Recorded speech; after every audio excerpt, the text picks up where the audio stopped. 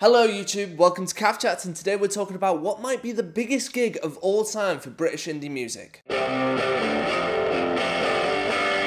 love to ask this question to friends. If you had a time machine and you could go to any gig in the past, which one would it be and why? Answers vary from acts long defunct like the Smiths, Led Zeppelin, the Beatles, all the way to historic festivals like Woodstock or just straight up iconic gigs. The one I'm going to be talking to you about today is sort of a combination of all of those. This week marks 25 years since the Stone Roses played to 27,000 people in just a small estuary by witness named Spike Island. To this day, it's not only remembered as a landmark in good old indie, but it's also an integral day in British pop culture. It could be argued that Spike Island was the first, if not one of the first, to popularise non-festival outdoor shows. Blur at Hyde Park, Oasis at Nebworth, and pretty much all the gigs at the Milton Keynes Bowl wouldn't be possible, I don't think, if not for Spike Island. For those of you unaware of the Stone Roses, or maybe you do and you just don't know what the big deal is, the band is just four lads out of Manchester, not only blending rock and roll with 60s psychedelia, but also that acid house movement that was happening at the end of the 80s and the start of the 90s. They weren't just a rock band, they weren't just a dance act, and even describing them as a trippy, acidy rock band would be a massive understatement. There's honestly no better way to describe the Stone Roses than just handing you a copy of their debut self-titled. And that is why they really hit the ground running when it came with their first release. They became absolute superstars in the UK after the release of that album. By no means were they just a band for Mancunians. By the end of 1989, they were drawing in crowds of 7,000, like at their Ali Pali gig in November of that year. NME magazine that year awarded them with Best Album,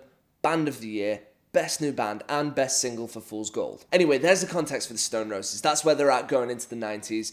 Now back to Spike Island. January 20th, 1990, the rumour mill begins when Stone Roses manager Gareth Evans takes an ad out in the Witness Weekly News saying that he's applied for an entertainment licence for Spike Island, Cheshire. Spike Island is a former toxic waste site in Widnes. It was definitely a weird choice of venue for the Roses. Bear in mind at this point they could play any venue they wanted, headline any festival, they had that much momentum. After a month of speculation, the gig is announced on March 3rd. Ian Brown explained in an interview to NME back in 2010, "We wanted to do something outside the rock and roll norm and do it in a venue which had never been used for that sort of thing before. This was back in the days of raves, remember? We started out doing warehouse parties and we still had that mentality where we wanted to play different venues. We wanted to play places that weren't on the circuit." So along rolls 27th of May and 27,000 fans storm upon Widnes. The day wasn't just a celebration of the Stone Roses. It was a celebration of a movement. It was a celebration of Manchester, of pills, of spliff. It was a day where you could be proud to be baggy. It was bound to happen, it just helped that the Stone Roses were the soundtrack for that day. Author John Savage attended, and he remembered having never seen so many kids smoking so much dope and taking so many drugs. It was the return of the 60s, a hallucinogenic type crowd. He goes on to say that Spike Island was a good feeling. It was this feeling of space after having been locked up after 11 years of Conservative government. Here's the thing though, attendees are split down the middle as to whether or not the gig was actually any good. The general agreement is due to the gig taking place next to the River Mersey, the tide and the wind literally blew the sound in the wrong direction of the crowd. So very few could actually hear the band well enough. The band's bassist Manny said that the words piss up and brewery spring to mind on that one. You'd think if you was on the Mersey estuary, someone would have the foresight to check the weather and the tide's going to be unusually high. Another attendee of the gig and Oasis frontman Noel Gallagher said, "The sound was shit, but they played a fucking blinder. But you couldn't hear anything because the wind was coming in. You could hear it in bits and pieces. In fact, it was a full moon that night, which means that the tide would have been very close to being too high to put the gig on.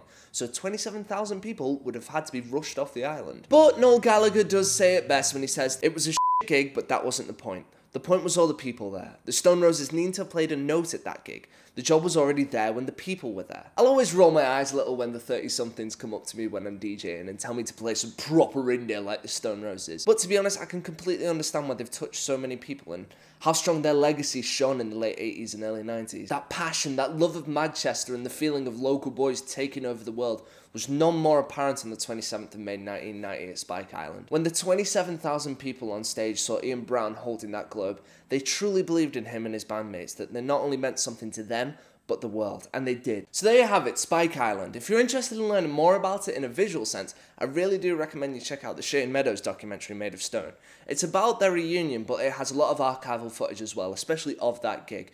We talked about it in a previous Caf Chats, which is all about top 5 music documentaries, so plug, Plug. Also check out the film Spike Island, which came out a couple of years ago, starring Emilia Clarke. About a group of Mancunian Stone Roses fans trying to get into the gig. A very fun, feel-good film, and I think it really represents how much the band touch the working classes, especially in the Northwest. Hope you enjoyed that one. Remember, you can always hit that subscribe button if you want some more. From now on, we're only going to be doing Calf Chats on Saturday, just so that we can spend an extra couple of days doing boring admin stuff so that we can help Knife and Fork Factory grow. I don't want to sound like every shit local band that your mates force you into liking on Facebook, but big things are coming on the way, so stay tuned. No, seriously, they are. Keep your eyes peeled tomorrow for a brand new Calf Tracks. We're on the socials of Facebook, Twitter, Soundcloud, Instagram. As for Calf Chats, we'll see you next Saturday. And remember, in the words of Ian Brown, it ain't where you're from, it's where you're at.